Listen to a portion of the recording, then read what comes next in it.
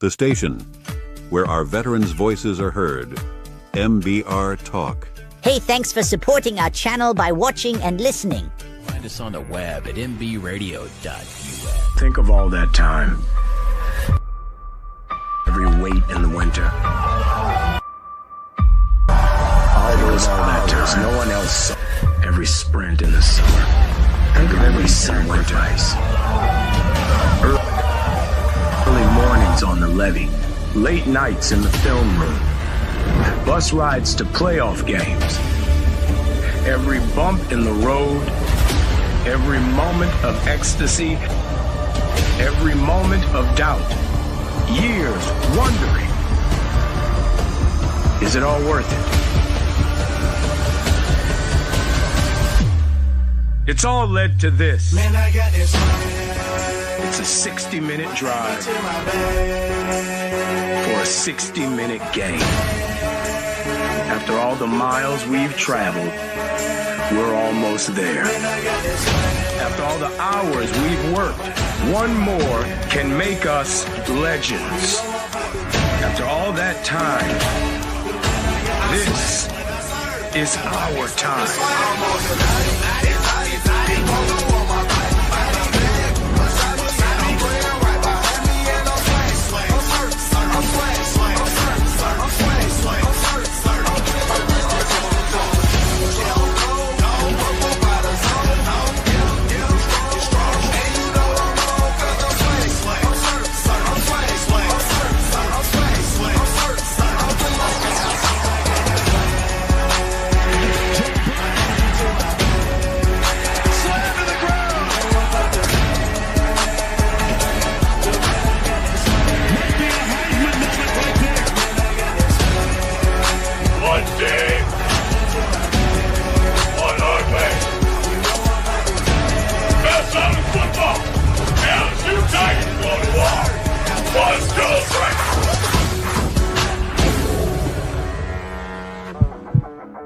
Caveman on the line.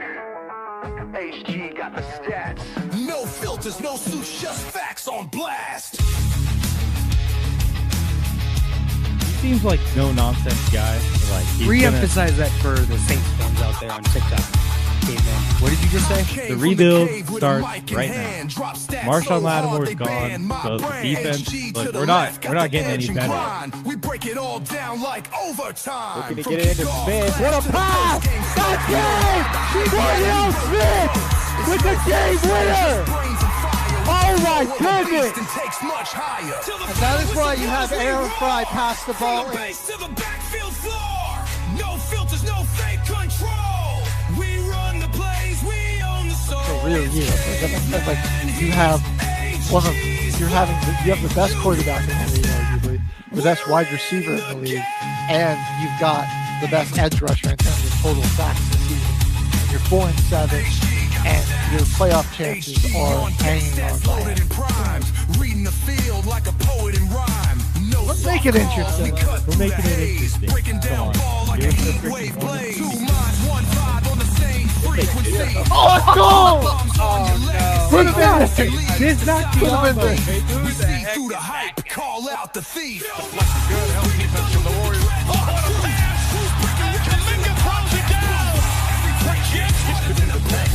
This ain't a game, this is watch every game the rest of the season in the NBA. So don't you go stand there, you're never going to see that. You're such a hater.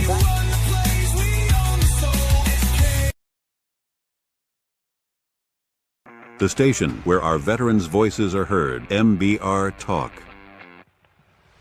Hey, thanks for tuning in. Welcome, Quack. Program are those of the speakers and do not necessarily reflect the views or positions of any entities they represent. Find us on the web at mbradio.us. For your Looking live. came from the cave with a mic in hand. Drop stats so hard they ban my brand. Can you hear me?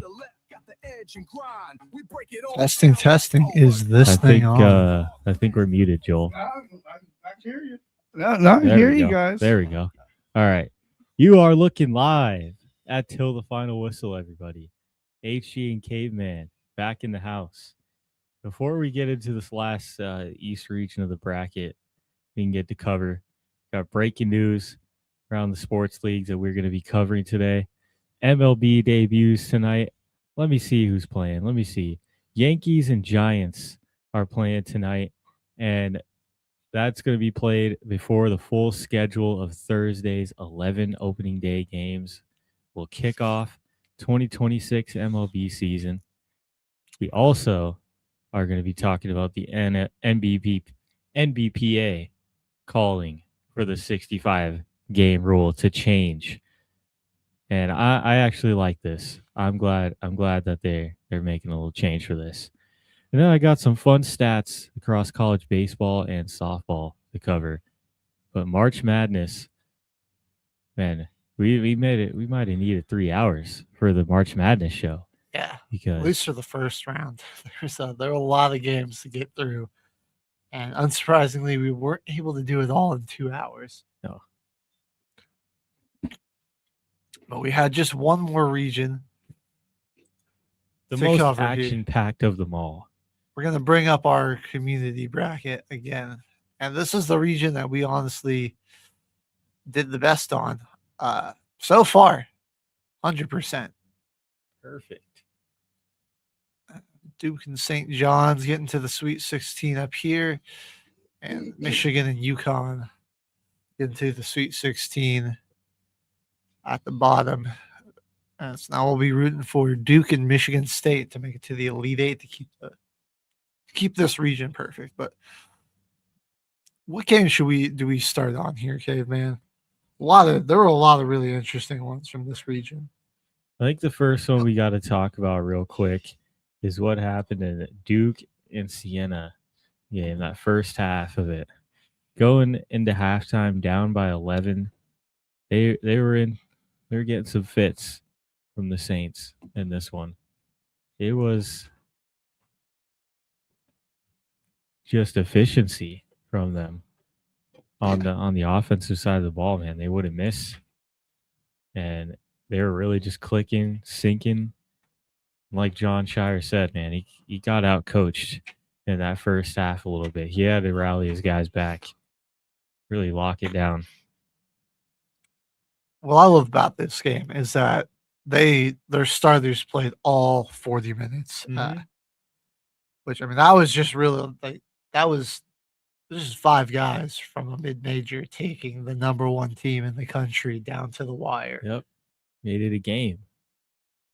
A really cool story. Yeah, didn't make that the first sub until what was it, under a minute left in the game. I forget the exact time stamp, but Christian Jones didn't even record a minute of play time. It's literally because the guy they subbed out, could barely even walk. He was he had to limp back into the locker room after the game. Yeah. No, those guys played their hearts out. Justice Schultz, Gavin Dottie, Riley Mulvey, Brendan Coyle, and Francis Fulfack. Hats off to you. You guys played your hearts out in this one. Yeah, Duke really did, and Shire really got out-coached in the Thank you. Good on sound. Okay. In that first half of the game. All right, we got to add this to the stage. You can see right there. But yeah, they came back out, and I think they were just that second half, man. Cam was a lot more aggressive trying to score. He wasn't really all that efficient, but the second half, I think he just kind of, the guys were tired. He was kind of just going at them and getting more foul calls that way. Ended up getting 14 attempts at the line. He had to take over in this one. But it was just another performance from him where he just goes out there. This is the safest pick in this draft, I think. Yeah. Maybe not going to be the most flashiest guy. Might not even have the highest ceiling out of anyone. But I think just the safest pick, man. He's won. He's got the best floor, though, I think. It's you're gonna, even if he doesn't turn out to be some superstar scoring point player. What you're getting is a guy that is he's a good post player. I mean, he plays the 4 spot really well. Um, he's got he's a decent shooter, plays really good defense, is a good rebounder. So I mean, it's just a overall really well-rounded player, and he did demonstrate that there. And I mean, like he's the type of guy where you don't necessarily need him to like if you don't necessarily need him to step up and be the guy right away too. Like that could be even more beneficial for a team. I mean, I still think he probably could be like a number 1 or 2 option for a team, but like he could. I mean, if some of the mocks where he goes to like Indiana are true, or potentially ends up like I could see like maybe even like Dallas again, or because they're going to probably have a high pick, or heck even Washington, like could be just he could just be really beneficial there as kind of a second to fringe or a third to fringe second option.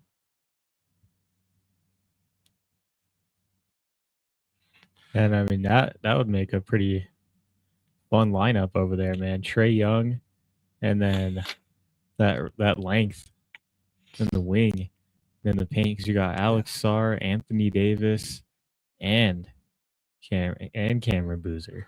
So he'd be like just a giant 3. I think that team. That would be even like better for his career too, because I think he just like give him like a few years where he's kind of like a supporting piece, and then like he could really just get a lot of work and development done and blossom into like this a pretty dominant like number 1 option. But we'll have to. We still got a tournament for him to play, so we'll see. That's true. What happens there? Well, they handled TCU in the next game, but TCU is really not that bad. Their defense went under the radar all season long. They were really good. I saw a lot of people that were so sure Ohio State was going to win this game, and I'm like, what? Why are they selling TCU short? I mean, they won 23 games in a very good Big 12. They like you said, their defense had been great all year. And they were a very gritty team. I really thought I was like that. I was on the Horned Frogs. One of the teams in this bracket that has a real they press a lot and they're really successful at it. They were able to get like under like in the heads of Ohio State in that first half, and they were really putting in a lot of work. They were up 19 points before that crazy comeback was made, but one of the better teams as a 9 seed in this bracket. Honestly, they're really good. They were. This was like the very first game of the tournament too, and it was one of the best ones so far. I really enjoyed this one as well. Yeah, it was just great back and forth. And I mean, evenly matched too. Every starter on Ohio State did manage to get into double digits here. You had TCU just slightly win that rebound advantage, but Ohio State with a slight advantage on the assist margins. And David Punch, Xavier Edmonds, I thought were both really fantastic in this one, but Mekhi Robinson really played this hard out. The Punch had the 16-13 double-double. Yeah, and then like in crunch time, there were just those. They were going back and forth, trading some big-time threes and some clutch buckets. So it was a great start to the game, but then TCU again. Duke was letting them hang around in that one for a little bit. Game was pretty close at halftime, but Duke's defense took over in the second half, only allowing 24 points. Not the better of them. Right. And I mean, they were just, I think of it, the speed and intensity of the defense, started leading to a lot of turnovers for TCU. And they weren't able to really keep the pressure up on Duke, because you look at this, they had 12 steals in this game, the Horned Frogs did. But I'd say a lot of those really came in the first half. Yeah. I think Duke did start playing this game a lot faster than they normally do. Like, they just felt sped up and got back to, slowing it down in the second half there. So does pose an interesting matchup against St. John's. Makes me a little concerned about Duke. Like, are they going to get out to this kind of slow start again? Like, St. John's will be a tougher team to come back against. They handled Northern Iowa pretty handily, 79-53 in the first round. But it has been done, because even though Kansas had a little bit of trouble pulling away and get too big of a lead on Cal Baptist.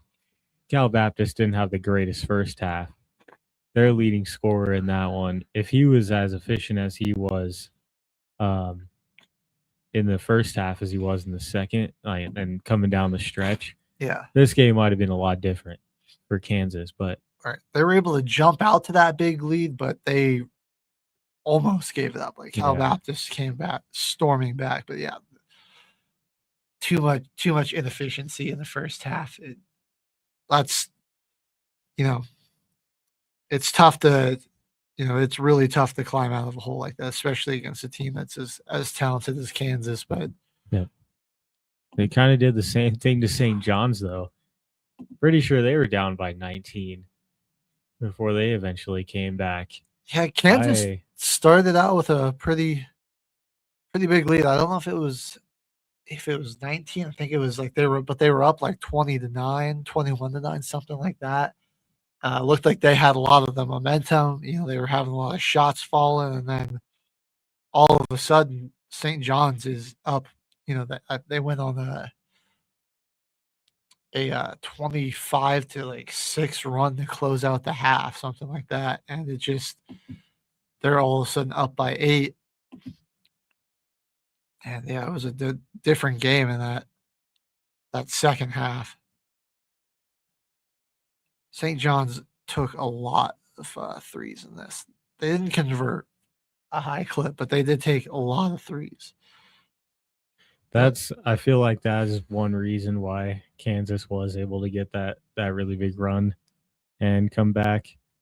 They weren't really finding that great look like they were when they built up that huge lead, and they were forcing a lot of shots. Danny Darling, guy who made the game-winning shot, he was 0 for 4 until the game-winning bucket. So their shot selection wasn't the greatest coming into the end of the game, and Rick Pitino is done great. He's already almost at 100 total career wins, and he's on like his second or third season there. So he might be able to give Duke some fits here in the Sweet 16. I mean, his team for a lot of this game, they were chucking up a lot of threes. I mean, they got out rebounded. They didn't really win in the paint, but what they did really well was force mistakes.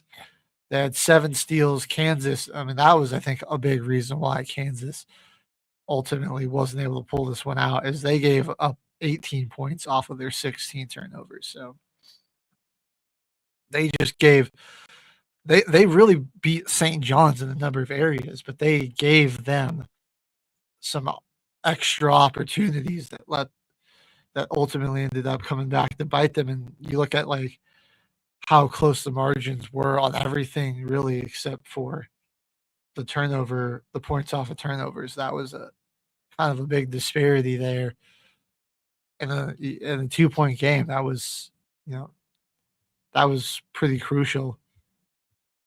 Yeah, they really seemed to want, Peterson with the ball in his hands a lot, but he was obviously looking to score first. He's not really much of a passer, and like when you had like Melvin Council and Trey White, and even they weren't making the right decisions. I mean, between those three guys, those were 11 of your 16 turnovers was from those three alone. I think Bill Self kind of shot himself in the foot here with this one by letting Darren Peterson be like your primary ball handler. They should have allowed him to be in the shooting guard role and just have some plays written up for him to get a shot like that, and then have his facilitators run this game. Especially when you're making that comeback, they might have been able to just put the game away, come back down that big margin and just put the game away.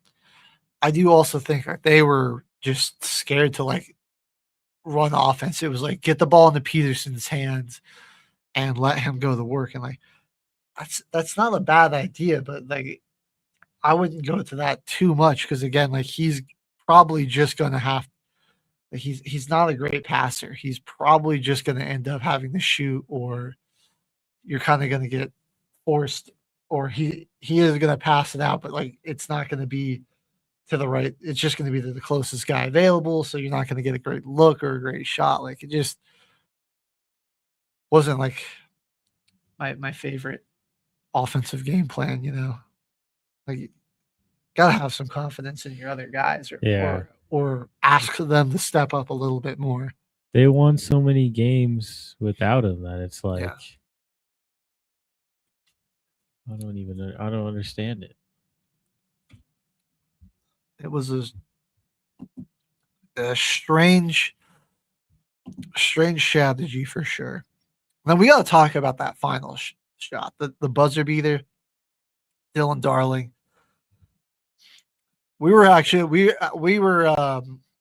having a debate about this at work because this game was on CBS, so we've got a number of CBS affiliates, so we were watching on some of the TVs around the hub, and my boss is like, he thought it was a dumb idea that Kansas used all their fouls to run off the clock because then they didn't get another shot. I think it was the right idea because you think like, okay, you use those fouls, you don't let them get up and get into an offense. It burns off some time on the clock. They have less time to set up a shot. It was the right idea too because I mean they had the inbound from half court. They just defended it horribly and let Darling get right to the rim. What do you think? I kind of agree with you there. Like you do want to drain away the clock and not give that, like not let them get set. But at the same time, you were the team that was making the comeback. I feel like I would have wanted would always want the last shot. Right. If there is a chance that they make theirs, like I would at least want a slight chance. Like I want some time to get my shot, especially if I was making the comeback. That's true. I think like situationally though, St. John's, like after Peterson hit those 2 free throws, St. John's had 16 seconds to work with. 16, 15 seconds, somewhere around there. Like that was how much time was left on the clock because Peterson like shot like really early. Like he still had a lot of time, but he went into a shot and gave. So that left you with like 15, 16 seconds. And then they fouled a bunch and were able to whittle it down to 3.9. And that was all they had. 3.9 seconds on the inbound to get it at half court and get a shot up. And I just think the defense, like they they gave themselves the opportunity they wanted. Like, they just played it horribly. Like, I think, you can't just let a guy drive right to the basket with that little time left.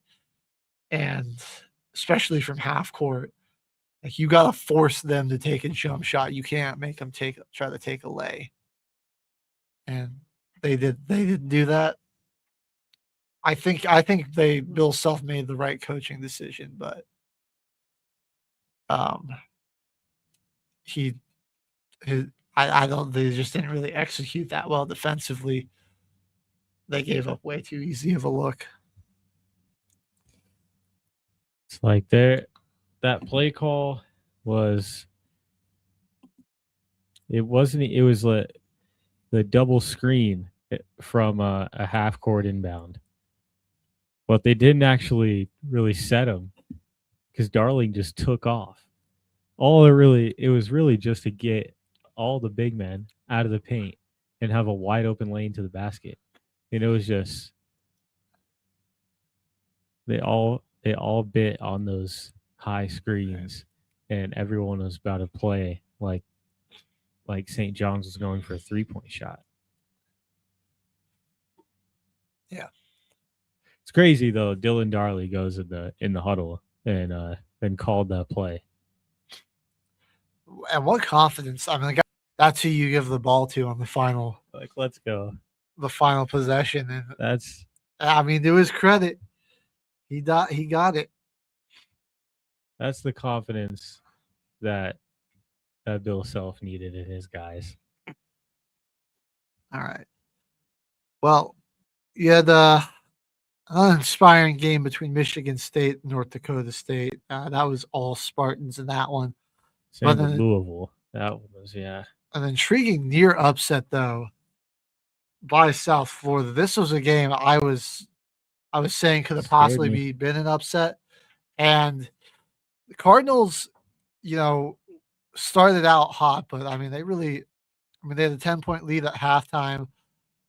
But the Bulls, to their credit, really fought back in this one and nearly pulled it off, only losing by 4. Made me sad, man. I thought this game was gonna be like a back and forth one. They almost pulled the comeback though. Hurt my brackets. It was their offensive rebounding, which was something South Florida's been so good at all year, played a huge role in that comeback, especially in the second half. All those second chance opportunities. But Louisville just way more efficient from 3. That was something that was really killing them. 5 of 33 from beyond the arc is not good, guys. It's really bad. If you're a statistician, especially when your opponent goes 13-25. So that hurt the Bulls. But then Louisville, another thing that they were leaving points on the floor. They missed a lot of free throws in this one. And then they were getting just bodied in the paint, like getting outscored in paint points by 14. So look at some of the individual performances here. It was Joseph Pion, man. He hit all of the threes for South Florida. He hit all 5 of their threes. Nobody else made any. Wes Ennis, man, this guy kind of sold the game for his team. I'm not going to lie. He was not very good. He 2 of 15, 0 of 11 from 3. I was like, bro, coach, at some point, maybe you got to just pull the guy. Like, he's really not helping. Besides running up your offensive rebound numbers, but no, he was out there to rebound. He was out there to rebound. They were leaving him open. Yeah. But Isaiah Nelson and Joseph Pinion were doing most of the scoring, 27 and 22. They didn't get a whole lot from the rest of their starters, though. 6, 4, and 4. They did. Gavin Hightower honestly ended up playing more minutes down the stretch for them, and He played a lot better, was much more efficient shooting, gave him 12, 14, and 3 off the bench, and picked up 4 steals as well. So his defense was pretty valuable, but yeah, it wasn't enough to take down the Cards. They were able to just hold on. And we're missing Michael Bridges in this one, though. Or not Bridges, what's his name? Michael Brown. Louisville, though, put up a pretty good fight against Michigan State in the second round game, but they just couldn't hold off that last minute run for Michigan State. Just couple big dunks really got the spark going. The Michigan State's defense got pumped again, and Louisville couldn't keep it on anymore. It was a really good game, though. This one was one of the better second round games here. Got just nice offense back and forth, good defense. And see, every time it sort of looked like Michigan State was going to start pulling away, the Cardinals started fighting their way and creeping back into it. They just could they get that run going, and then they just they could never finish it. I mean, credit to Tom Izzo. You know, he did a really good job of using it when he used his timeout, snipping the bud, and getting his team settled. There. Yeah, good damage control. Didn't let his lead slip out too much there. He knew his guys could win that game pretty easily. And it's crazy. It's like Cohen Carr was the leading scorer in this one. You know, like a very great athletic player, but not typically their go-to guy when it comes to scoring. But he had 21 and 10 in this one. And Jeremy Fears, just an unreal passer with the 12 points, 16 assists is just crazy, man. He wasn't super efficient shooting, but he created so much offense with his passing in this game.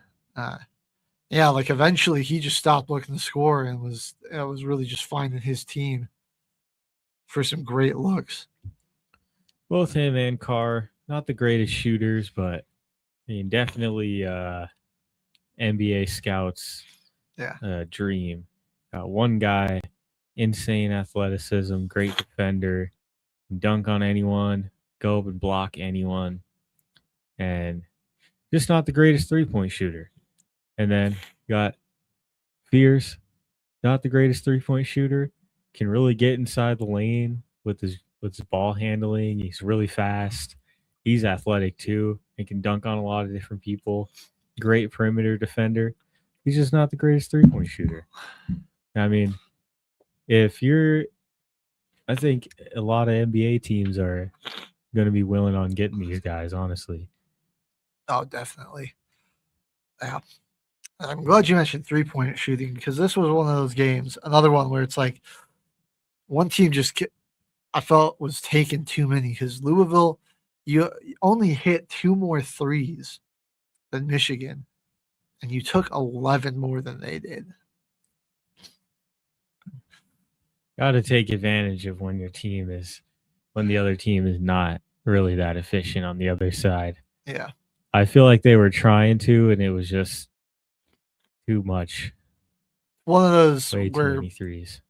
Some guys, I think, are a little too trigger happy when you're down and you get even just a little space, even if you're not necessarily super great from 3. Like they just think they got a jacket, and it's like, well, we can, there's still 15 seconds on the shot clock. You're not open.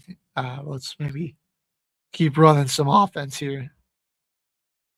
And the Spartans will be going on to play UConn, who have been taking care of business.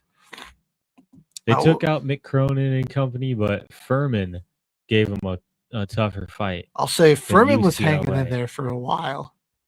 Furman really hung in there for a while, but man, Terrence Reed absolutely dominated this one. Like, we got to talk about this performance. Another guy that needs to get in the league as well. 31 points and 27 rebounds. I mean, he out-rebounded Furman as a team individually. That's insane, dog. Got another Scotty Barnes type player right there. Like, on 12 of 15 holy shooting. crap.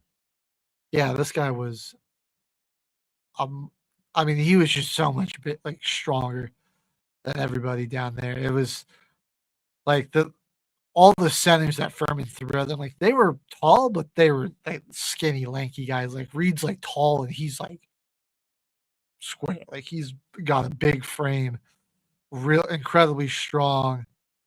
It's just like, I mean, he can kind of just impose his will down there on those smaller centers from the mid majors, and he did. Like, he out rebounded an entire team,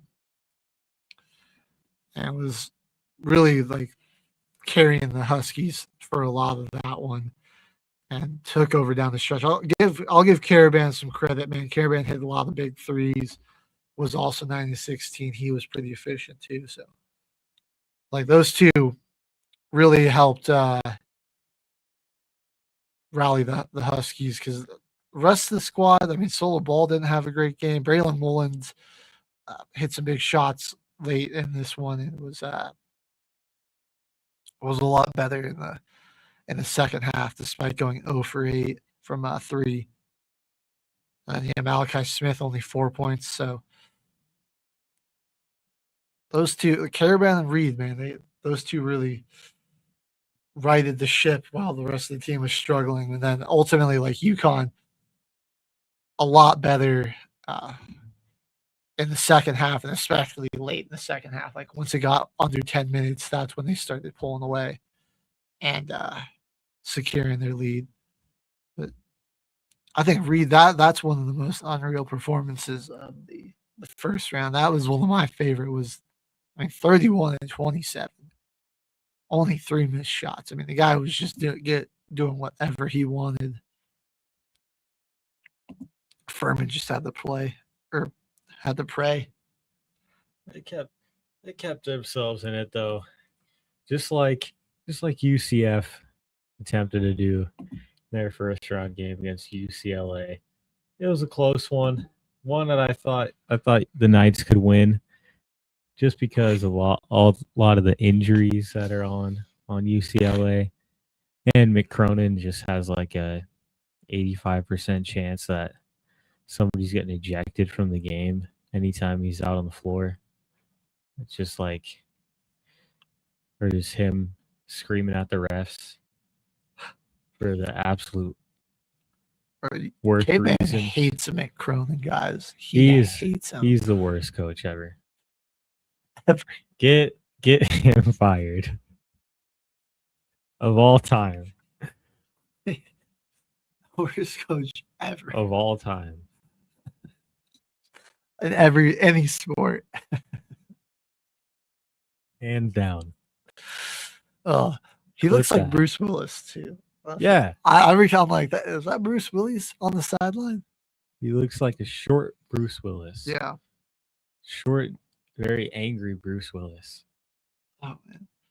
Yeah, this UCF game was fantastic though. A lot of UCLA got up to a pretty sizable lead. I mean, they were up by like 12 and 14, multiple points. And the Knights at the end almost came back, fell short by 4 points.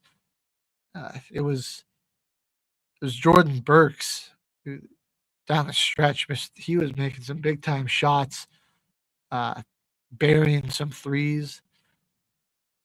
Hit 6 of them in this game, scored 22 points.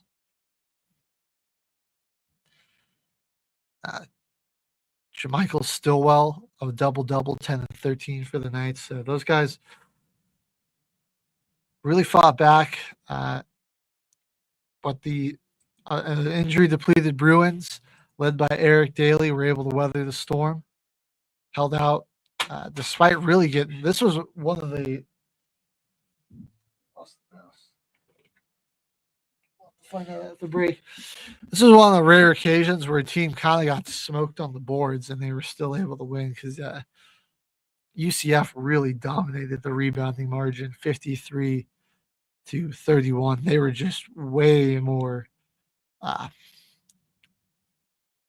inefficient from the not even that much more inefficient from the field, but at the free throw line.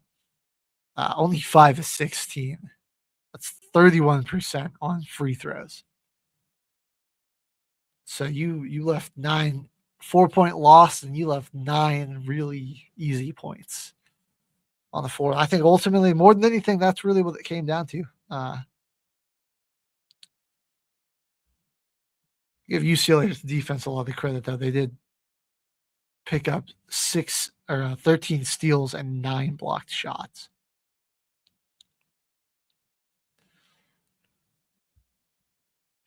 This game was pretty good. I liked it. The outcome, not a fan of. Well, the outcome of the next game is what I was very happy with, because second half of this game was all Connecticut. Again, one where it was pretty close there in that first half, and then just absolutely shut down in the second half. It was making me think. You're like, all right, they've won. They might get a couple wins on their belt with a few injuries on the roster. I might have to give Mick Cronin some love. Nope, and I got blessed up. The basketball gods helped me out. Yeah. Big difference. UConn got 21 attempts at the line, hit 19 of those. Those made a big difference. UCLA's they were just lacking a lot of size. They got killed on the boards again. I mean, Reed, not as impressive this game, only 10 and 13, but still a double-double. And this time he blocked 3 shots as well. Dang. But Caravan was lighting them up, dropped 4 threes, ended up scoring 27 points in this one. He was on a mission. Yeah, he even blocked a shot. Solo ball's been weirdly quiet this tournament, though. Like 9 points in the first game against a mid-major, and then 0 in this one. 0 for 5 from 3. He didn't even attempt a 2-point shot in this one. So him and Malachi Smith have not really played great. Braylon Mullins was a lot better consistently throughout this one, though. And having some guys on the bench that Dan Hurley was able to go to reliably, i.e. Jaden Ross, 11 and 3, with an assist, a steal, or 2 steals, and a blocked shot as well in this game. Really was a real help for them. So I'm a little concerned about UConn. I mean, I don't think they're advancing. I mean, we have Michigan State going on. Michigan State's looked a lot more cohesive, and I think they're just getting more out of all their players. It's kind of just we see like a crazy game from somebody. I mean, that's kind of what it took to get out of the first game. You need Reed to go nuts. This game, second half run was kind of sparked by Caravan's offense and him getting a lot of second chance points in the paint, and just like him doing pretty much everything on the floor. Like, it was just it was getting that team hype. And is the guard play gonna come into effect here? Because you got Fears and Carr, and you gotta, like, Solo ball. Somebody's got to step up here. I mean, Michigan plays really intense defense too. I mean, they're very physical with you, and I don't think the Huskies have been all too good about protecting the basketball. They've been a little careless with it. There's been some bad turnovers. I think that could really spiral out of control for them against Michigan State. And I mean, well, Reed will still probably be like the biggest dude, like just like weight wise out there. Like, I mean, Michigan State's got plenty of like strong defenders. I just don't think there's, like, UCLA didn't really feel like they had anybody that could truly play center for them. That was like a that could match up against Reed. And then like Furman's centers were just, too skinny, but that's not going to be an issue for Michigan State. So, and then on the other side, like they haven't been, their defense hasn't been super good either. So, like, I mean, like an experienced guard like Fears, who's just so, he's so deliberate and so quick with his decision making and so good at making decisions with the basketball. He might pick them apart. How many assists did UCLA have as a team? As a team, 14. But Donovan Dent had 10 of those. They were kind of having Dent make all the decisions, which I mean, he's your senior point guard, so like it's different with Michigan State. Like Fears will give you 10 to 12 assists, like he did in the first and second round games, and the rest of the team still might give you another 10 total. Yeah. So it's going to be a lot tougher for UConn in this one. They're facing off like just a really, really physical team. I think they can match them down low, like Caravan and Kohler. It's going to be a battle, man. They're going to be duking out in the paint. I'm excited to see this game in the Sweet 16. This is probably my favorite matchup of the whole bracket. This is the one that I really wanted to see because I think solo ball can also bring that same level of defensive pressure on the perimeter. Like their matchups are really, really, really complementary to each other. Their style of play. So I'm excited to see this one. All right. Well, knowing everything we know now, let's drop some predictions for the next round. We'll start here. Yeah, Michigan State, UConn. I think we both got the Spartans moving on. St. John and Duke. I think I still trust. I still trust Duke, but ooh, man, this is it's gonna be scary. It's gonna be a close game. Yes, I think it's really going to come down to the shot making from the guards. I think like the big guys inside, like Zuby Ejiofor, Cameron Boozer, they'll leave their imprint on this game. I think like you're going to need some clutch shooting on the perimeter, especially because neither one of these teams like will light you up from three necessarily. I think like whoever can be more efficient from there, could make a big difference. Arizona, Arkansas. Arizona. I do think I'll still go Arizona. That's gonna be tough. I'm picking up because I got him winning. Yeah, I mean, I think this will be a pretty high scoring game because Arkansas's offense is just so fast paced. It's hard to slow down, but Arkansas's kind of got a similar problem where it's like, their bigs are not nearly as big as like Koa Pete and Mo Krivas. Like those dudes are just giants. So I think like the rebounding disparity is going to probably favor Arizona and Krivas. Acuff is a bucket, but Jaden Bradley, Braden Burry's both senior guards, been playing for a while. I trust them in the big moments. Braden's a freshman. Oh, that's right, Braden's a freshman. Jaden Bradley's he's a senior. He's a senior, and I do trust the senior guard to make the right decision, the clutch play, more than the freshman.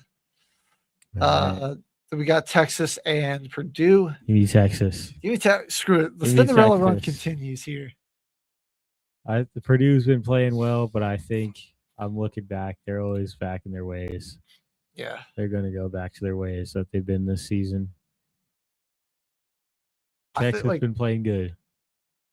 Texas is a team that can really match up with them on the boards. And defensively, they've just been really good at taking away what they adjust and take away what other teams want to do. That's what I've been seeing them do. So I believe they can do that same thing there. But Braden Smith, God, it's hard to force that guy to make the wrong decision. Michigan, Alabama.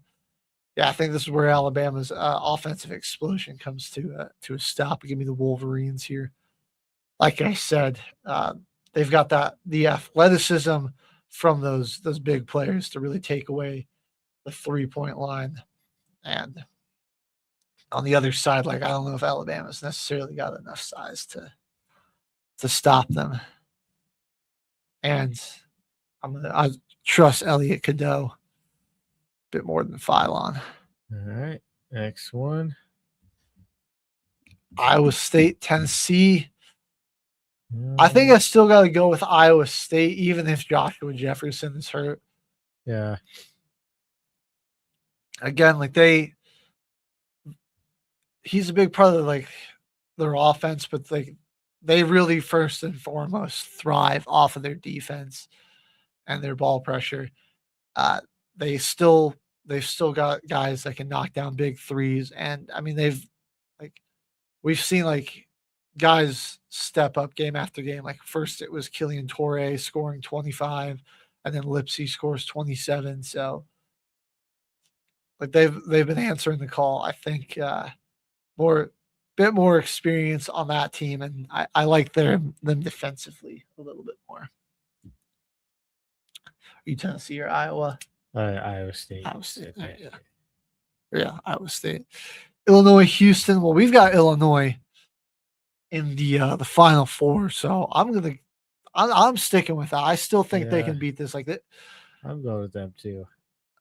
They've got, honestly, they're probably bigger than Houston. So I mean, they're going to be able to. What was I going to say? I mean, they're like Houston's been just crushing teams on the board. I don't think they're going to have a huge advantage in that way. And you know, despite some Wagler struggling, they've found ways to adjust their offense, and other guys have really been stepping up and kind of making it easier for the freshmen. So it's been really great coaching there. I think they can still do it. This is probably going to be the closest matchup of the next round. It's the one I am the least sure about because Houston, very good team again. And then finally, we've got Iowa, Nebraska, the battle for the cornfields. Man, I feel like I'm going to go with Iowa. With Iowa. I think I got to go with Nebraska on this one. Simply just for their 3-point shooting. And I'm getting a little worried about Bennett Sturts, man. I know he's got a few days of rest and everything, but they've been really running him ragged. He's like sat out like over the last 17 games. He hasn't even sat out 10 minutes over that period of time. Like they've been. I think their shooting could match Nebraska, and obviously they're going to outsize them. So if they can just hit their shots, I think Iowa can take it and steal another one. That's true. Nebraska's just been like dynamite from 3 this tournament. They've been so good with their clutch shooting. So this will be an interesting back and forth. Like Iowa could definitely drag this game down, and then make it Nebraska play their style of basketball just like they did before. This one will also be super close. I'm stoked for every matchup though. Next round. I mean, they're all going to be fantastic. Can't wait for the Sweet 16. All right, but we are going to go ahead and hit our first break of the day. When we come back, we've got some updates on the NBA, and Caveman's also got some interesting softball stats for us. So don't go anywhere. You're watching Till the Final Whistle here on Military Broadcast Radio.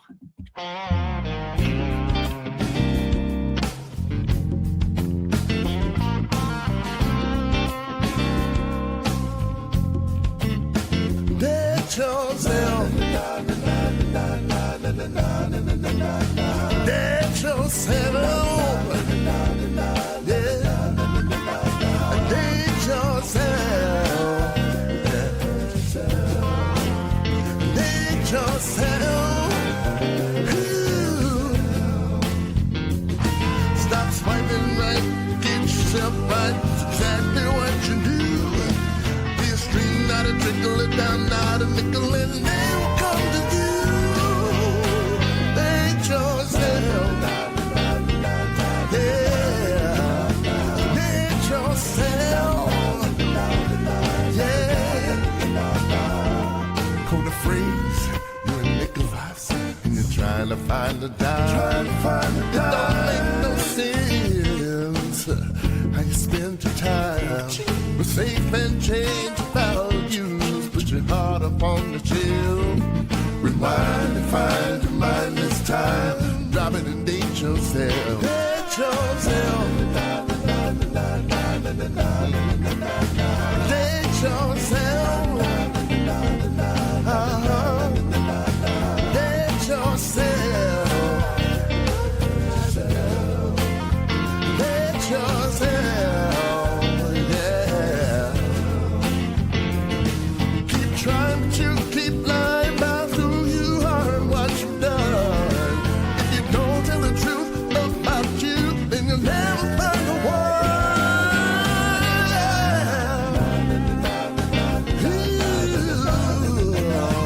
Date yourself. Yeah. Make a break from the dating scene. Get free, get loose. The only one you need to chase is you. Those days are through when you used to do the things that you used to do. You know that it's true. You're the sweetest fruit. So see the truth, brother. When you love yourself, you don't need another lover. Get out, work out, eat out with your friends. It's time working on yourself. It's time well spent. It's like you threw yourself into the pig pen last time. But don't throw your pearls before swine. Date yourself. Yeah. Date yourself. Ooh. Date yourself. Yeah. Date yourself. Ooh. Stop swiping right. Get yourself right. It's exactly what you do. Be a stream, not a trickle, it down, not a nickel, and they will come to you. Date yourself. Hey, yeah. Date yourself. Yeah. Date yourself. Self. Ooh. Trying to get your line home. Real hard what you've done. Don't tell the truth about you. Then you'll never find the one. Date yourself. The station where our veterans' voices are heard. MBR Talk. Find us on the web at mbradio.net. You are looking live at Till the Final Whistle, everybody. And we got some breaking news from Sean.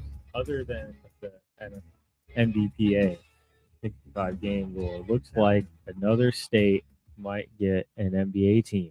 Yep. So the Board of Governors for the NBA has approved the vote for the league to explore bids and applicants for expansion teams exclusively in Las Vegas and Seattle. It looks like. Sources tell ESPN the bidding process is expected to generate offers in the 7 to 10 billion range for each team. So people can make some bids for bring some teams either to Las Vegas or Seattle exclusively. It looks like there aren't any other. It's probably going to be Vegas. It should be Seattle. The Vampire wants to make more money off of betting, but will ban people for it. So, well, it's probably going to be Vegas, and then it's probably going to be something that has to do with gambling, like the Aces. You know? Yeah. Like the Vegas Spades. That would be so funny. It can be the Jesters. Yeah.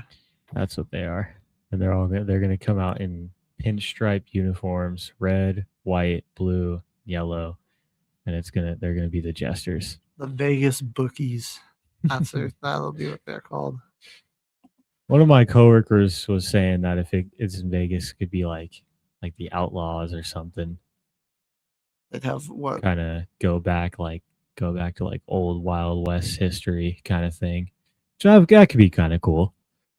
They'll have, excuse me, they're going to have the Athletics, the Knights, the Raiders, the Outlaws, and the Aces. All the Vegas sports teams. They better go back to Seattle and then give them the first 5 overall picks in the draft. Maybe they do both because, I mean, that would be awesome. If you do just one, then you have an uneven amount of teams. There's 33. You need 34. But then they'd also have to probably rework conferences. So I think we'd see Memphis and Minnesota probably go to the East. Which isn't the worst thing. Like, the East could use some better teams. Like, obviously, Memphis is pretty poo-poo right now, but Minnesota going. Minnesota. East, Minnesota would be like immediately like a top 3 team in the East. That would be really interesting. They would be like a perennial top 4 team in that conference. So, how do you feel about the 65 game rule being changed? I am a fan of it. There's just obviously those players that aren't really going. They're getting injured a lot, and still getting those awards. Like in Cade's situation, I think it deserves to be looked past it, but it's like very close that he's gonna even make the cut because of this rule. All right, like he would have definitely qualified if his lung didn't collapse when it did. So that's I think they might need to rework it because like sometimes you just can't control getting injured, and it's tough because you don't want like a guy like Embiid or like even like Kawhi Leonard is another example I can think of. Anthony Davis, where it's like these guys that just like sit out and miss so much time can come in and play well and still be in the consideration versus somebody like like SGA is available, Jokic is available, Luka's usually is available. Giannis has been a bit more hurt this year, but I feel like in years past he's been pretty available. So, Jaylen Brown's been very available for his team, and like Cade has been available until this happened. Just now, and they're pretty close. I mean, they've got a 5-game lead, but there's still a lot of season left. Like a 5-game lead in the conference is nothing when there's how many games left? We're at roughly around game 71. So like not having your best player and there's double-digit games still to be played. Yeah, they've already got their playoff spot by getting the 50-game mark, but still a little bit left in the season that they could lose their 1 seed. I mean, it's just a career-defining season for them. Like it doesn't really make sense to take his name out of the hat. If they should just change. They should maybe just change, like not set in stone 65-game rule. It should be a certain amount of games throughout each month during the season. And they should like literally track the amount of game. I think that should be part of what goes into the consideration for these awards is how much time you're actually missing during the season. Yeah. I feel like voters should maybe consider availability, and maybe there's a cutoff too where it's like, you've got to play up to 65 games to this point. There's just not like it's a weird situation. I don't know I don't really have a good answer on what the right answer is. Yeah. It's hard to you got to consider availability, but it's also just hard to gauge, as viewers, we're not the doctors, we're not, team medical personnel. We really don't know how bad the injury is. I usually default to the guy that is more available typically. And through the whole regular season, he was there and pretty much making every single decision on the offensive side of the ball.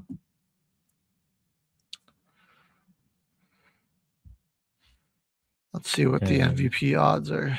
Luka skyrocketing to the top 4, like that article says. And there's the list right there. I don't know about all that. I guess they might have taken Cade off because of his injury. Wow.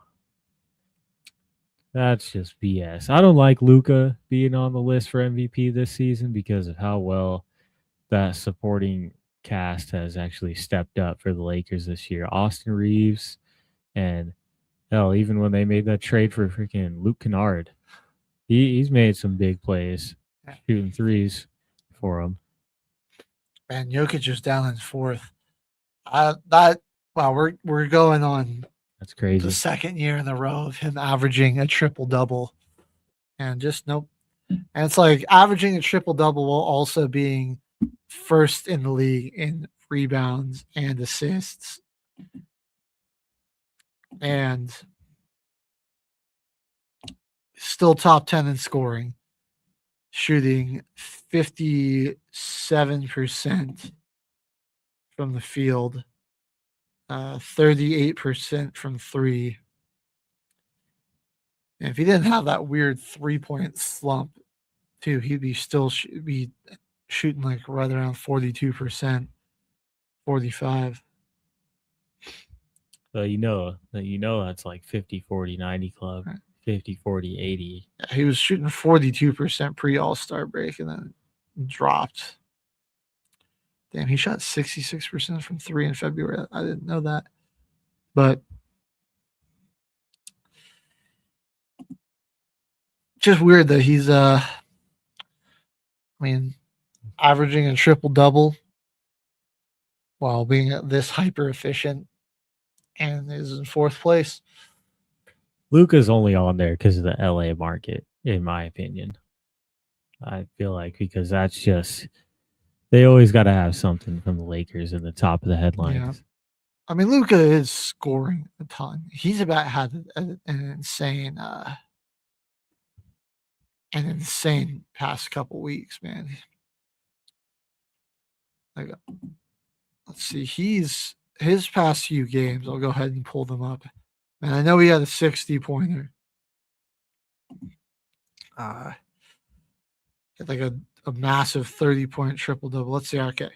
So going back to the 16th, scored 36 against Houston. Then he dropped 49 and 10 rather on Houston the 2 days later. These are all on the road, by the way. Against Miami, he scored 60 points, had 33 against Orlando, and 32, 7 and 6 against the Pistons in the game that they lost. So it's a crazy 5-game stretch. I do feel like he deserves to be on there, but what he does is a lot of scoring. Yeah, his triple double averages days that version of Luka, I'd say. But there's a lot of Lakers success that is coming from everyone else right now. They do definitely need him to score a lot tonight. Besides like Austin Reeves, man, and like LeBron to a lesser extent, they don't really have a whole lot of scores, but he doesn't. And I mean, he is third in the league in assists. Let's see who else is on here. Wemby makes sense. Obviously, yeah, Shea is going to probably be on there. Jaylen Brown, I feel like should be above. I would put Jaylen Brown in second, maybe even first. Like I just think what he's done for that team. He's still my pick right now. Yeah. Him or Cade Cunningham, but obviously we'll see what happens with that one. I mean, all the roster turnover, you're missing your number 2 guy in your supporting cast, and like you've lost 5 players that were on your championship team 2 years ago. Most of the free agency, some to injury. Just a wildly different roster, and your team is in second place in the East. He's averaging 28, 7, and 5, shooting 47% from the field. And I believe he's got a pretty nasty 3-point percentage as well. Which is okay, never mind. I was mistaken. He's only shooting 34% from there. Okay, I was gonna say it's like a new high from him. But that honestly is pretty good for him. I'd say he's usually shooting around there, around 30%. Yeah, that's around his average. And then, yeah, of course, what Cade's done for the Pistons. And we'll see like how they do without him. Because how many games has he missed now? It has to only be at least like...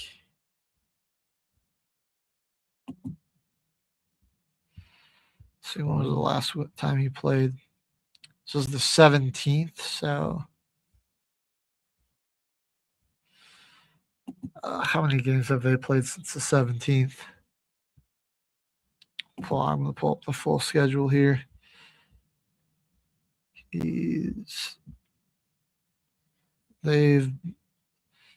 right, so they've missed it. They've been missing him for 3 games. They have won all 3. Albeit not against the stiffest of competition. The Wizards, Golden State. I mean, the Lakers is a pretty impressive win.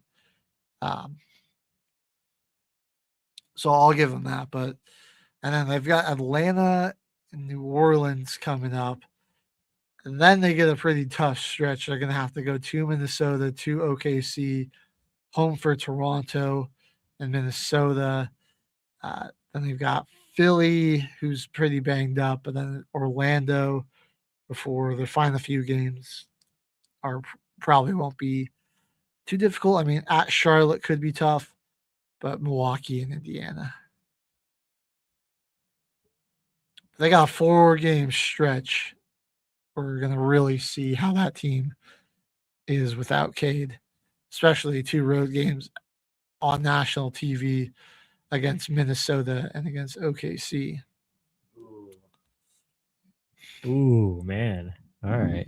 Yeah, we'll see how they do, but a home win against the Lakers does give you a little bit of confidence in the squad.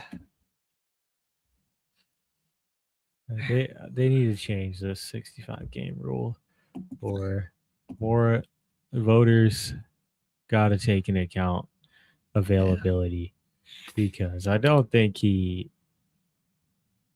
there's 12 games left in the season. I don't think will miss more than the 65, the limit. Yeah.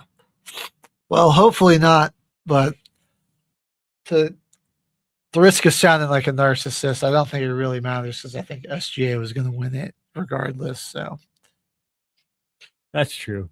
But like, if he doesn't hit the threshold, then like he might not be able to qualify for all NBA teams. And like, he definitely deserves to be on an all NBA, maybe even all defense. So that'll suck, because like he's absolutely played at an all NBA level. Yeah, and he needs to be on one of those teams without a doubt. I mean, I would say. I mean, I think first team's probably going to be like Shea, Luka, Giannis, maybe Jokic and Wemby, probably maybe Jaylen Brown even on there. So he'd probably be all NBA second team, but he deserves it without a doubt. So I hope I hope they reevaluate that. Let's know what your thoughts are on that, though. But Cayman, you had some softball updates for us. I do, and we're going to take a look at some college baseball too, because obviously tonight we got the MLB kicking off, Yankees and Giants, and then we got 11 openers. I mean, we in this 2026 season, the main headline going into it for the MLB is the Dodgers and three-peating. So that's really one thing I'm kind of looking out for. I want to see if they can pull it off. First ever. Roster's pretty good. They're stacked. They can definitely do it. Didn't I thought the Yankees, they three-peated at the turn of the millennia. 90, 99, 2000, 2001. See. Or did they go two? Oh yeah. It would be the first time since.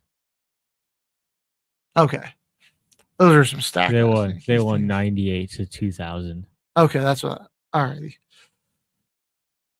But yeah, it would be. I don't know. I don't think a lot of teams can stop them.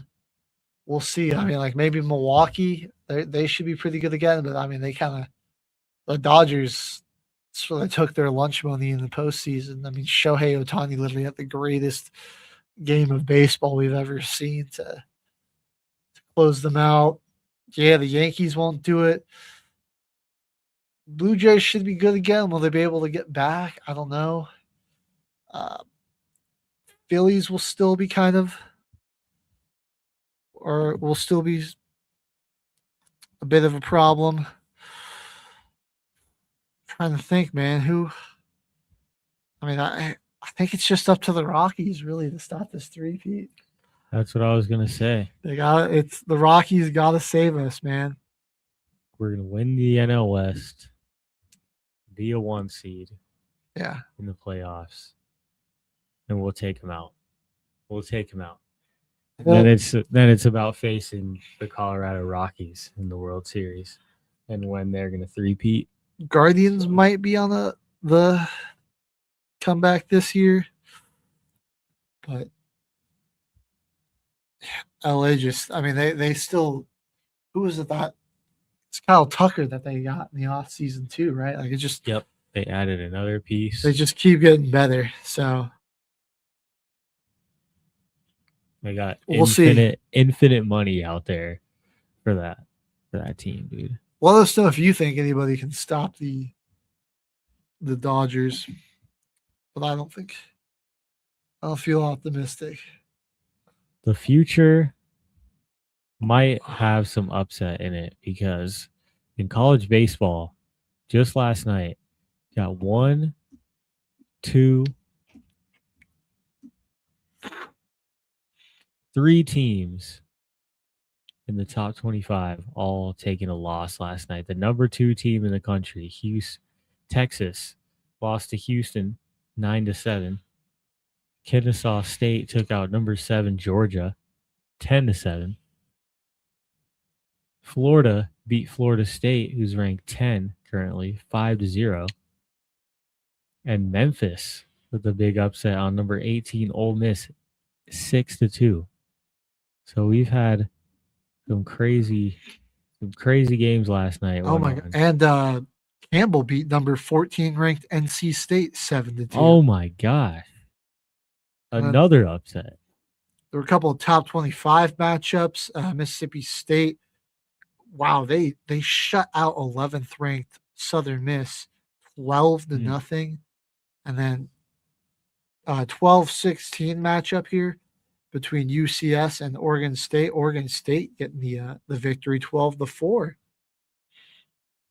So some top moving some up. top 25 matchups that were pretty one-sided, it looks like. And I was checking out the leaders in pitching and everything. It is no longer the guys from Florida with the zero ERA. Right now, currently, Matthew Mariano from the University of Albany got 103 right now. But only once he's a closer, only has one actual finish in the game. He's a rotational pitcher. Okay. One of the main starters, it looks like Kentucky, Jackson Jelkin. He's 5-0 this season, 2.9 ERA. Not bad. It's real. Yeah, looking like another real talented pitching pool in the college world. The real crazy stats that I've been finding are in college softball, because two of the best teams right now, two that I want to actually talk about, UCLA, one of them, 17 runs scored. But notice how they had 17 hits. It's like they just scored a home run every single time they hit the ball. But once we check their batting stats, you're gonna see. And Oklahoma as well. Two teams that are just bombing on teams. But we got Megan Grant, the senior, this year. She has 39 hits on the season, HG. Guess how many home runs she has? 39 hits? Like 10, 11? 23. Holy crap. 23. Oh, what's her batting average? And she's one of the best in the country right now, 5.57. 5.57. How many at-bats? Let's see. Those are 70 at-bats. So Yeah, 70. 39 hits at 70 at-bats and 23 home runs. Wow. And 53 RBIs. She's only been struck out 6 times. Which, I mean, it seems like that's impossible. That might be kind of good. I don't know. That sounds like it's kind of good. And her teammate here as well, Jordan Woolery, she has 49 hits, 93 at-bats. You see the difference there? That Megan Grant has like way less at-bats. The person above her, Mariah Poehler, has 101 at-bats this season. And even this girl here from Robert Morris only has 62, and she's up there. But Jordan Woolery, 93 at-bats, 49 hits, and 19 home runs with a whopping 68 RBIs. 68 RBIs on the year. And then another one of the top batters on here is all Oklahoma. Cassidy Pickering, Kai Miner, all in the top of these batters. And it's insane. I don't know how you can have 39 hits and 23 of them be a home run. That is crazy. I want to know the home run percentage of that. Not even the batting.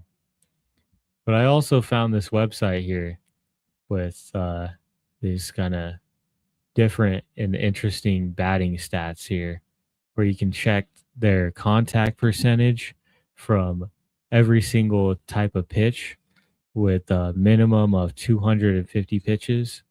So doing like all pitch types, and I'm doing contact percentage and then 250 pitches. So it's just telling me who the best contact hitters are in the country right now. You got Kyra Curran from Santa Clara, and that is pretty cool. She is a pretty good contact hitter, 39 hits, but only 1 home run and 11 RBIs. So she's just hitting doubles and singles all day long. Like, our teammates aren't bringing her home. I know Santa Clara is not doing too well right now, but it's an interesting little part of this site here because you can check who has the best contact versus just a fastball individually, and you can go through. So what's this website called? This is d1softball.com, and they got d1baseball.com as well, but they don't have this the synergy leaderboards on the baseball one. This is only on the softball. But I was sitting here messing around with this, checking like Taylor Francis, minimum of 150 pitches from Georgetown, contact percentage of 100% on fastballs. So, and same with Kyra Curran. Most of her contact hits are coming from hitting fastballs. So it's a good way. You can see who's making a lot of contact, and then you can check which pitch exactly they're like the best at hitting, or like which ones they really know how to hit, which is kind of cool. Yeah. And even with the pitchers, they have it on here too. I bet you managers and coaches are on this site, like trying to figure out like what pitches you throw to hitters, like, you know, which ones to avoid because they've got such a high contact percentage on them. That's pretty cool. And we have strike percentages too.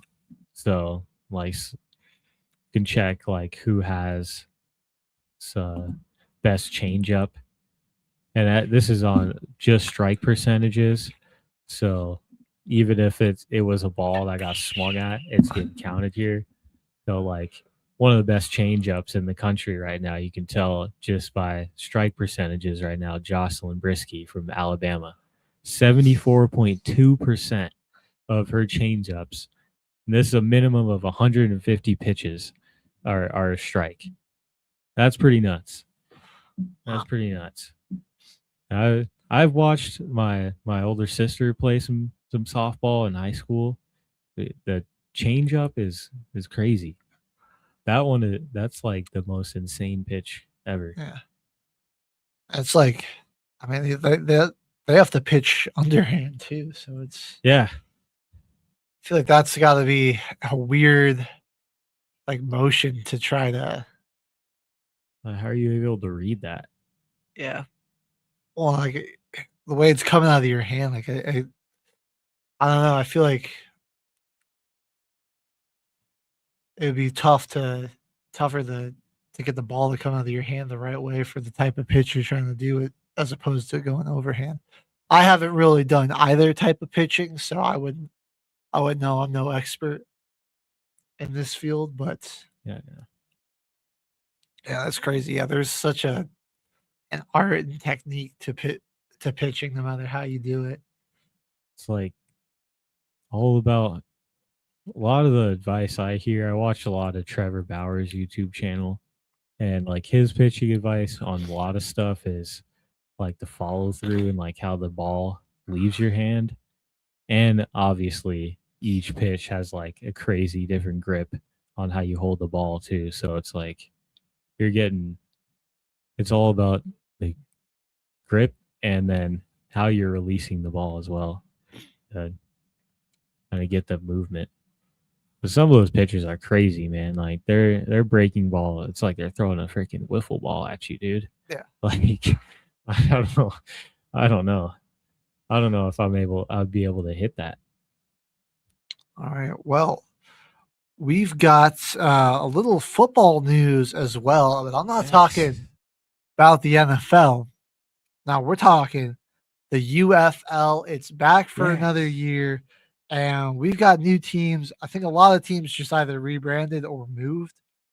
So it's like the same franchises, but the returning teams, we've got the Defenders.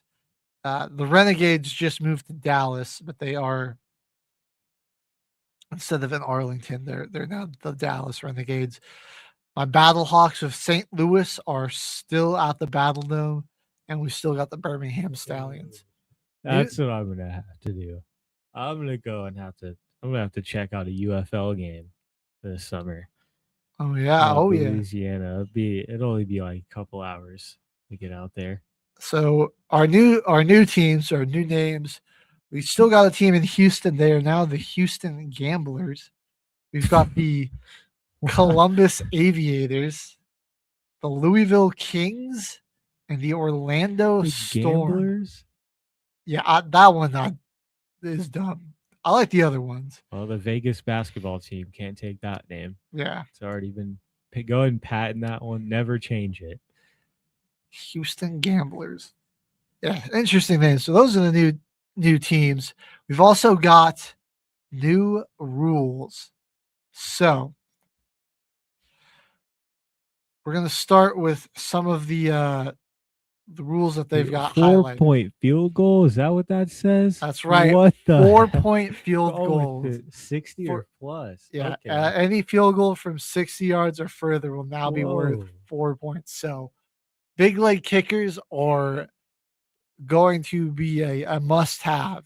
You're an asset now. And That's then cool. they're all about trying to force teams into playing offense. They've adopted the 1 foot in bounds rule, so you just need 1 foot for a legal catch. Adopting the NCAA rules there. They will reinstitute the rule for half the distance to the goal for penalties committed in the red zone. They've eliminated the tush push, so there's no tush push in the UFL. So that'll be interesting to see how teams attack short yardage situations now. Punting and field position, there will be no punting inside the 50-yard line. So once you cross the field, there are no punts. That's cool. From anywhere inside the 49-yard line they're in. We're going to see a lot of like 4th down crazy touchdowns from like, oh yeah, we're going to be seeing teams on the logo taking more shots in the UFL. I like that. That's going to be cool. I mean, it's going to introduce a new layer of strategy too. Yeah. And you're going to have to be way more efficient on 1st and 2nd down. You don't want to get the 3rd and long because you're going to have on the other side of 50, you're going to have to go for it. All right. The overtime, there's going to be 3 attempts per team. Teams will alternate attempts from the 5-yard line. If after 3 attempts for each team, the tie has not been broken, the teams will alternate until there's a winner. So you're basically going for like 2 points from the 5-yard line. Conversions. A little college style. Yeah, the home team has the choice to go on offense or defense first. The home team. Yeah. Home team. There's no coin toss in the overtime. That's cool. Home field advantage really is a thing in this now. Okay. All right. Then after a touchdown, there are 3 PAT options. So teams will have 3 scrimmage play options on their point after attempts. So you've got a 1-point conversion. It's a 33-yard field goal. There's going to be a 2-point conversion, ball placed at the 2-yard line, or a 3-point conversion with the ball at the 8. We've got coin toss. They're going to be doing the same thing there. That's not really new, but they've got some new kickoff rules. The kickoff line will be the ball will be kicked off from the 30-yard line. So they're kind of doing what the NFL looks like. They'll be lining up the 10 remaining players on the receiving team's 45-yard line.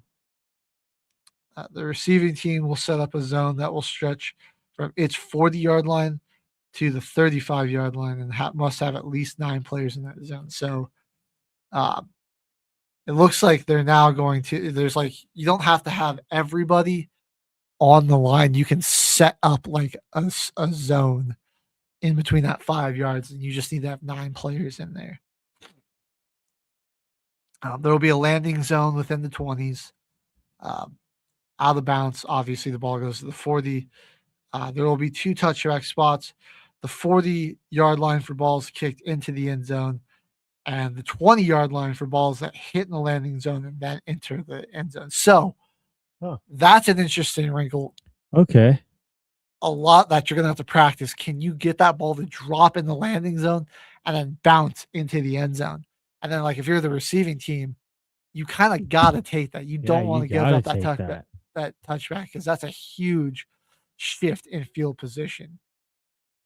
So let's let you think about these rules. I love the 4-point field goal. I love the no punting thing. You know, like screw it. I don't care. Like that was a big problem that this league did have, is that there just wasn't a lot of offense. And I mean, like, there's 8 teams. There's not as many games. Like, let's give us some offense, man. Like, yeah, make it a little bit more. You guys are playing to try to get to the NFL anyways. Like, let's force yourselves to, get some more chances to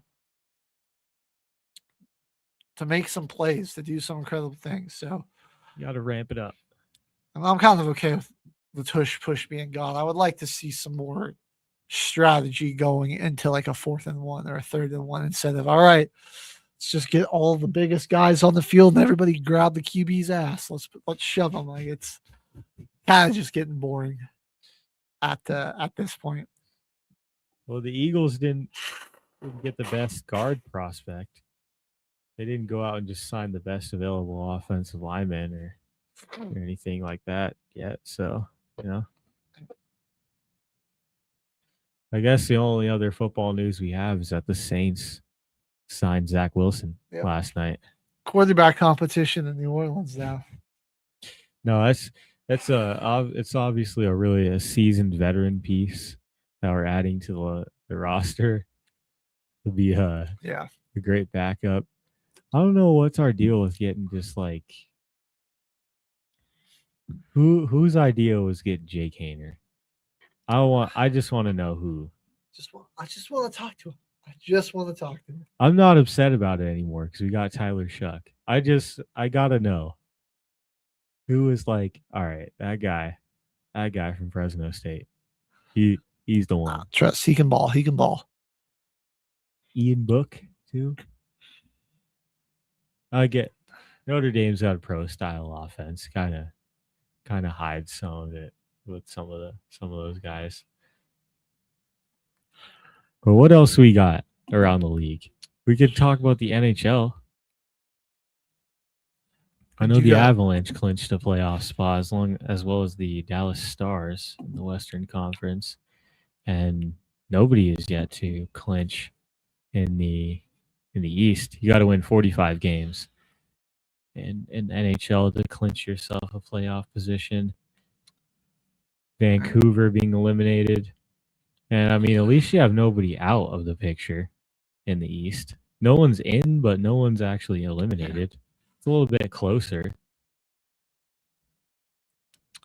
The Rangers will probably be the first. They're right there. Vancouver's just been terrible. They only won 21 games. I think it's either 35 or 40 losses when you're eliminated. I think 40. They have 49 total, 41 regular and 8 in overtime. So, oh man, the Rangers are probably going to be out pretty soon. They're right there. They got a lot more than they're right there. I think it's them and wow, it's crazy. We're going to see some playoff teams from last year. They're probably not going to make it. I mean, the Maple Leafs and the Panthers are both fighting for last place at the bottom of the Atlantic. They've had we were talking about, what would Florida be going for a 3-peat, and now they're not even going to be making the playoffs. So that's crazy way for that sort of saga to end there. Earlier in the season, they were playing really good.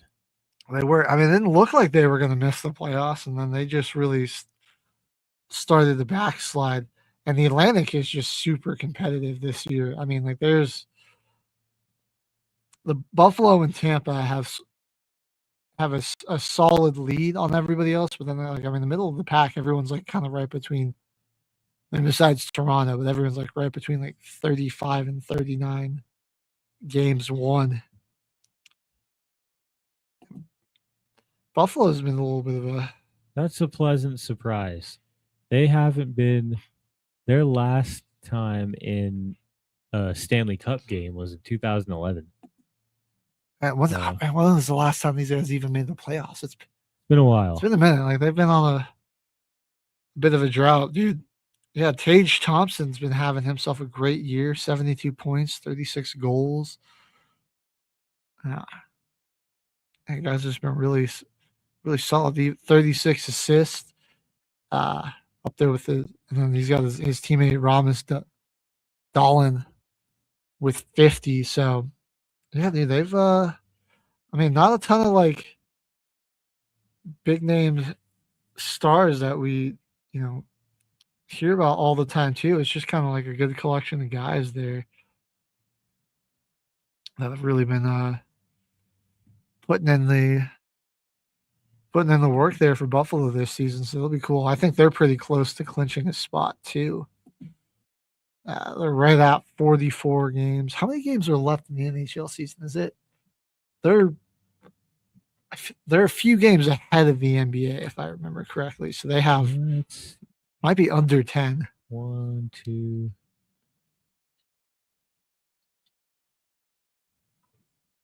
So the Penguin, I'd say like 10 to like 13. I was about to talk about the Penguins. They're doing pretty good this season. Third in the Metro Division in the East, 35-20. But another team, they haven't been around in a while. And I just like their logo, Penguin hockey player. They have just one more point over New York, because New York has a lot more. The Islanders, has a lot more regulation losses, 7 more, but they've got 5 more wins. So that's a pretty tight race right there. And they're going to have to. Gotta love the Penguins. Just one of the OG centermen in the league, Sidney Crosby, is still leading you in points and goals. So, I mean, it's like a fan favorite team. You got a OG. That dude's been in the league since I was in elementary school, dude. I'm kind of rooting for the Mammoth too to make their first playoff. What they just joined the league. Has it been 2 or 3 years now? This will be their third year. It's their third year. First year they were the hockey club. Yeah. Second year they were the Mammoth. So that'd be really cool to see them, finally get into the playoffs. But the Wild do have a pretty sizable lead in terms of points. They're up by 12. So I don't know. It's the top 3 from each. Holy crap! If I remember correctly, it's the top 3 from each conference, right? Or each division, rather. Make it. So yeah. I don't think I don't know if anybody's going to catch the Wild. They probably won't. And then obviously the Avs and the Stars were just so far ahead of the rest of everyone else. Killed them. And on the Pacific, Anaheim, another team I'm cool with seeing in the playoffs. That'll be interesting. Edmonton and Vegas, the top 3 there. Let's see how Anaheim's doing. 40-27. Who's been their leading guy? Cutter Gauthier. I'm going to guess it's like a French-Canadian type of name. 62 points, 36 goals. Man, but think about all the teams that made it last year, though. They're probably going to miss. The Kings are chasing Vegas right now to make it. You've got the Blues. They're probably not going to make it. Neither is Winnipeg. The Devils are probably going to miss it. The Capitals are probably going to miss. The Maple Leafs, the Panthers. It's going to be like basically a whole new field. Besides like the top 3 in the Central and like Edmonton, it's a bunch of fresh new faces. Yeah. And the Hurricanes are gonna be back too. Sorry, Hurricanes. I didn't mean to leave you all out. The current playoff matchups right now from this article. Okay, it came out 5 hours ago. So it'd be Buffalo and Boston, Tampa Bay and Montreal. And then you would have Carolina and Ottawa, and then Columbus playing against Pittsburgh. And then in the Western Conference, you'd have Colorado playing against Nashville, Dallas and Minnesota, Anaheim versus Utah, and then Edmonton versus Vegas. Because there's the top 6. We were forgetting about the 2 wild card teams. Oh, that's right. Yeah. In there. The wild cards. So, they think Nashville makes it. Yeah, Nashville and Utah would be your wild card 1 and 2 in the West. And then the Senators and the Bruins are your Eastern Conference wild cards. Yeah, I guess that would make sense. Because you get your top 3 out of the Pacific, but then I don't know if anybody else in the Pacific would make it besides maybe LA. They're 3 points behind the Predators right now. But yeah, right now it looks like not Utah and Nashville would be your go-to wild cards there. Okay. Those would be some interesting matchups. I would want that. Yeah. Dallas, Minnesota. That would be cinema right that'd there. That'd be cinema. That'd be a good first round matchup for sure. I think the Avs should probably take care of business against the Predators. Yeah, the Predators. That wouldn't be too crazy. Although they did just lose to them like 7-3 the other night. Anaheim and Utah could be interesting. That could be a little bit of an upset. Oh, no, that was the Penguins. Never mind. Yeah. Edmonton and Vegas, another series that would be straight up cinema in the Western Conference. The Avs goaltending, it did lapse a little bit, made me a bit nervous, but they seem to have gotten that locked back down a little bit.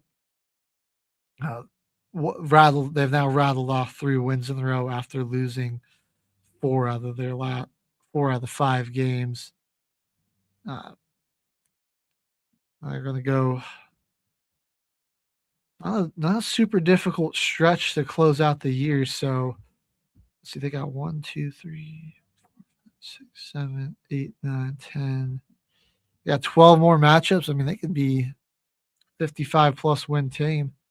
Edmonton, Vegas are kind of tough on here. Dallas would be a tough one, but yeah, they could really probably looking to come out of that like 55, 56 wins on the season.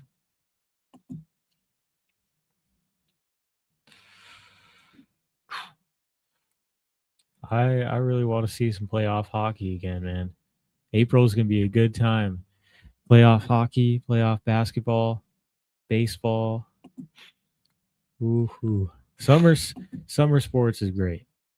Summer and spring sports is great. There's no football other than the UFL, but I mean, come on now. We're going to see some good sports while we wait for the NFL to start back up. Did we talk about Davis getting fired from UNC? We didn't. I think kind of fair enough. Good coach, but I kind of agree with it. Stunning, kind of got shocked after a 19-point comeback you allowed in that loss to VCU. Right. But also, just like the last few years, you kind of had some tough tournament losses. And even though they've had some of the greater players in the country, you know. They went in as a 1 seed. I think it was Alabama that beat them in the Sweet 16. Like that was pretty shocking one. I feel like we had them winning it all that year too in the community bracket. So that was frustrating.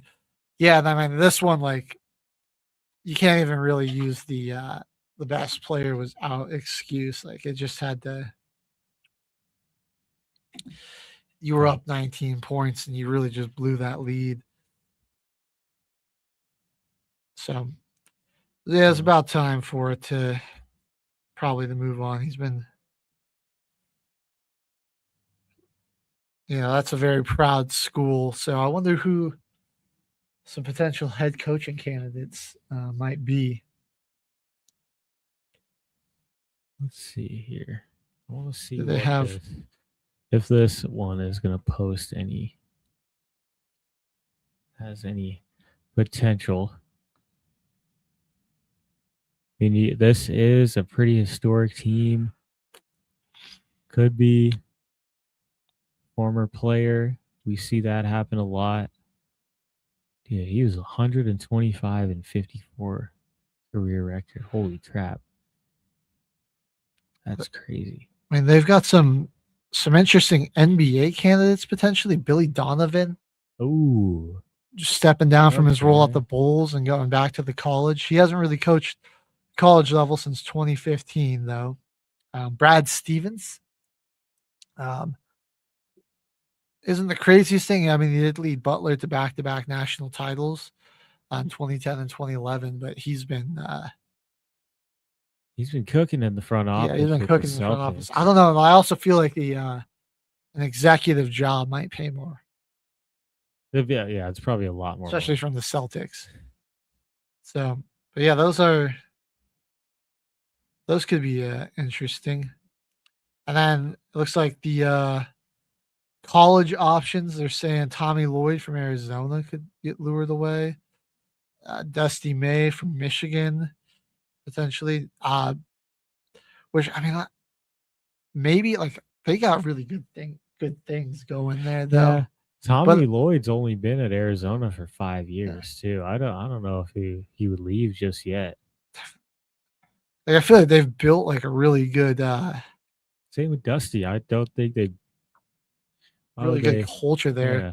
Like, I know it's UNC and everything, but I don't know. Those two I don't see. Maybe same like maybe TJ Otzelberger, but again, I think he's still in that same kind of spot.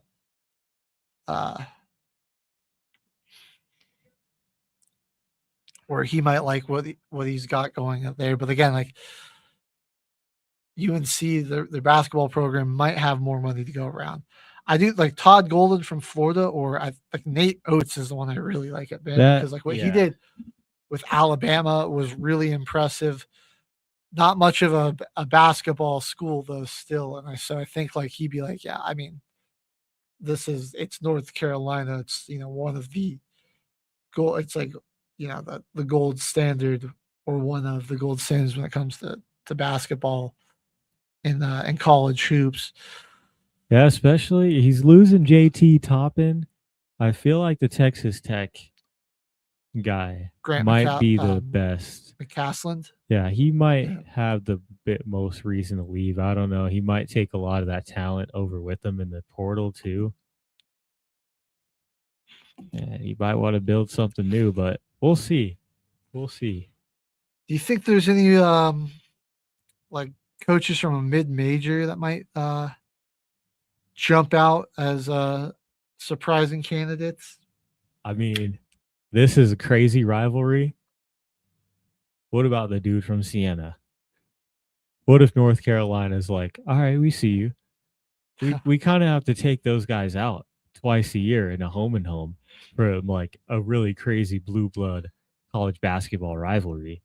And you did a really good job coaching against John Shire. He might even be in there. The dude from Siena. I'm blanking on his name now, but the High Point coach. I mean, like what High Point did last season, 31-5, took two very good. I mean, upset Wisconsin, took a very good Arkansas team down to the wire. They were 15-1 in conference play. Could be that could be an interesting move. Maybe Nick Cronin gets fired and goes to North Carolina. Oh, how that game, man? If they never want to win again. Trying to think. Nobody else is really jumping out. He didn't get fired. I mean, give it time. There's still a chance. Fingers crossed. Maybe the Miami, Ohio head coach. I mean, they had a really impressive season. Or like the guy at Akron. I mean, they just had those coach those teams to really good seasons. Yeah, but I'd imagine it's probably my favorite are probably Nate Oates or Grant McCaslin from Texas Tech. I think those would be my two most likely. Like McCaslin's like got a very he's got a very senior team, so like that ship's probably about to they're all Dan about Hurley. to sail off to different ways. I like how the article just named off like every big name coach on like the other possible candidates. Dan Hurley. Right. I just throw Rick Pitino and John Calipari. Rick Pitino. I mean, Calipari's actually not that crazy. Go back to the I mean, like he's done a good job with Arkansas, but like, man, can you imagine what he could potentially do at UNC? Yeah, move over, go That to wouldn't the be go to the ACC, leave the SEC. that wouldn't be necessarily the most shocking thing in the world. That's true. But I mean, if you knock out number 1 Arizona, and I don't know if you go to another team after that. You might have to stick it out. But we've got 5 minutes left. We were doing a mock draft and stuff last week. NFL Pro Day and stuff happening over the weekend. And I can't wait for the draft because it's a month away. It's getting close. Like 30 days, less than 30 days. We should we might have to schedule a show where we just do a full 7-round mock draft like the week of the draft and that sounds like fun. See how we do. We're gonna keep doing some more mocks and everything. Let us know what who your favorite team is. We can do a 7-round mock draft for them, or we just control the one team. I think we'll start doing some for some teams. We'll definitely do one for your Saints. We'll do one for my Broncos. For H's Miami Dolphins. He's a big Dolphins fan. What do you think about Dan Orlovsky keeps saying that Ty Simpson is the best quarterback in the class? I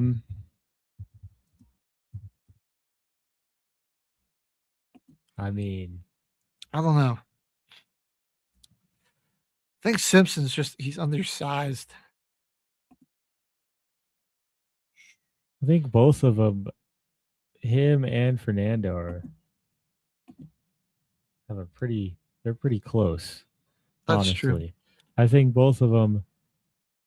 I just like Fernando's like more. He showed a lot more poise throughout the year. And handled the pressure. I think they're both pretty better. similar where they've got like they're more pocket passers. They've got some athleticism, but Ty Simpson, a little smaller, definitely had some injury problems and got a little panicky at times.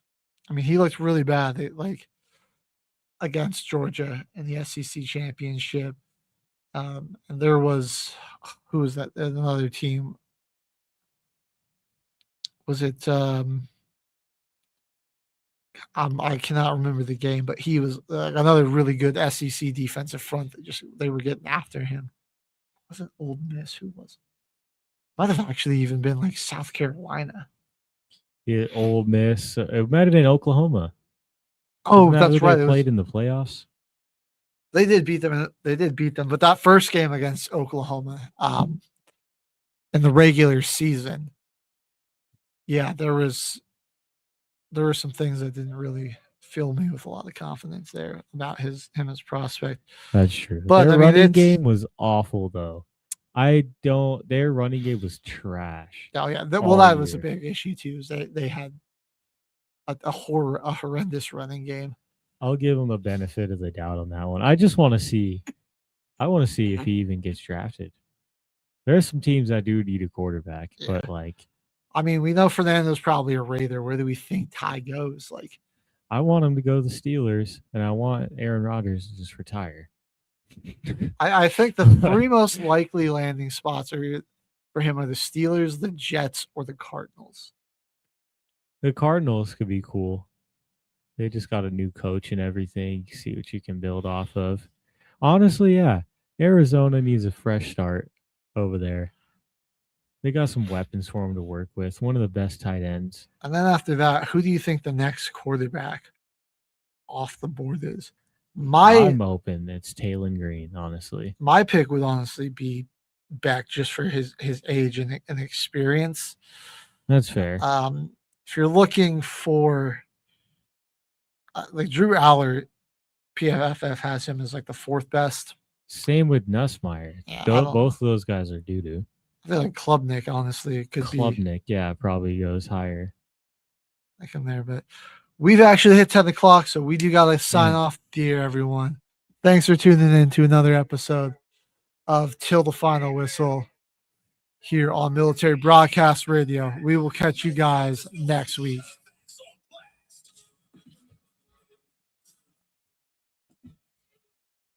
Life is like a duck. Tough times don't last, but tough people do. Here at Military Broadcast Radio, we're teaming up with our friends at Die Tired, the veteran-friendly music band spreading strength, resilience, and mental health awareness one shirt at a time. And check this out. Their brand new shirts feature broadcast beaker right on the breast pocket. A reminder that you can weather the storm, and you're never alone. Shirts are only $25, and proceeds support giving veterans a voice. MBR's mission to teach veterans how to podcast and videocast. Because when our vets are talking, they're not overthinking. They're not second-guessing. Together, we stop the 22 stigma. Grab your shirt today at mbradio.us and hit the shop. Or go directly to toramerch.printavo.com/merch/dietiredband. That's toramerch.printavo.com/merch/dietiredband. Suit up, stand strong. Remember, we're unduckable together. You're built tougher than the storm. Ladies and gentlemen, thank you for tuning in to Military Broadcast Radio. As we wrap up today's show, we want to remind you that the podcast of today's episode will be available right after we go off the air. So if you missed any part of the show or want to listen again, be sure to check it out. And remember, we're here to support and honor our veterans. Your stories and experiences matter, and we are committed to giving you a platform to share them. That's right. We're here to give our veterans a voice. So don't forget to catch the podcast and stay connected with us. Giving our veterans a voice.